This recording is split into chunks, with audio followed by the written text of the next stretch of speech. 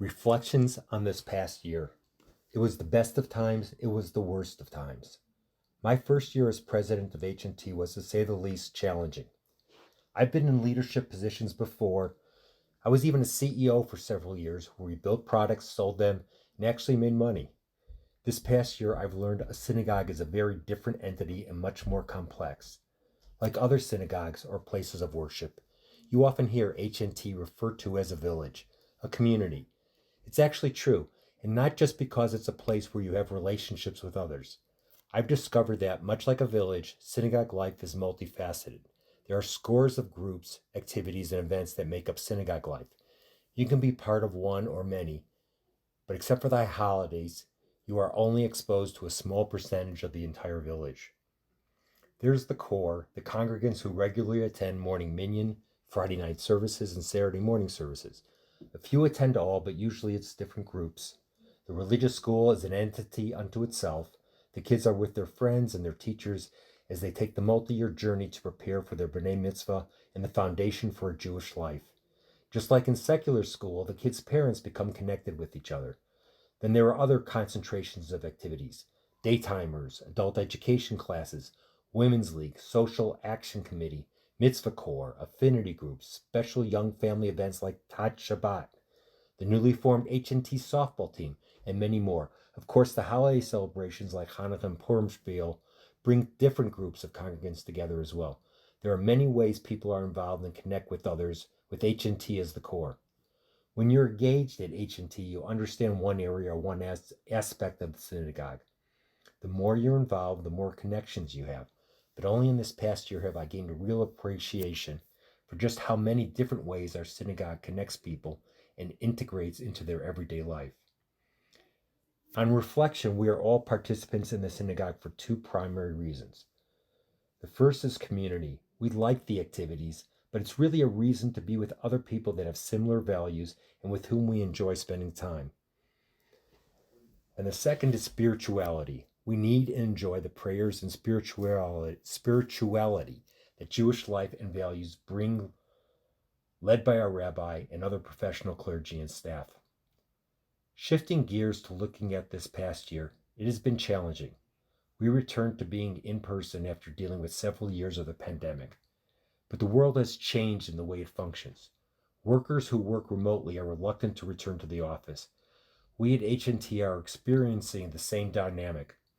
It's a time of transition, and H&T needs to reinvent itself, embracing many of the traditions that have made H&T special, but introducing new elements to adapt to our changing lifestyles and membership demographics. Key members of the H&T family are no longer with us on staff. Rebecca Frankel, Dr. Eliyahu Kriegel, and our beloved Cantor Bradley Kurland. We've added some special people. Josh Niehaus joined us, bringing a unique connection to not only the young families who knew him from Schechter and his many other community activities, but the entire congregation through his music and engaging style.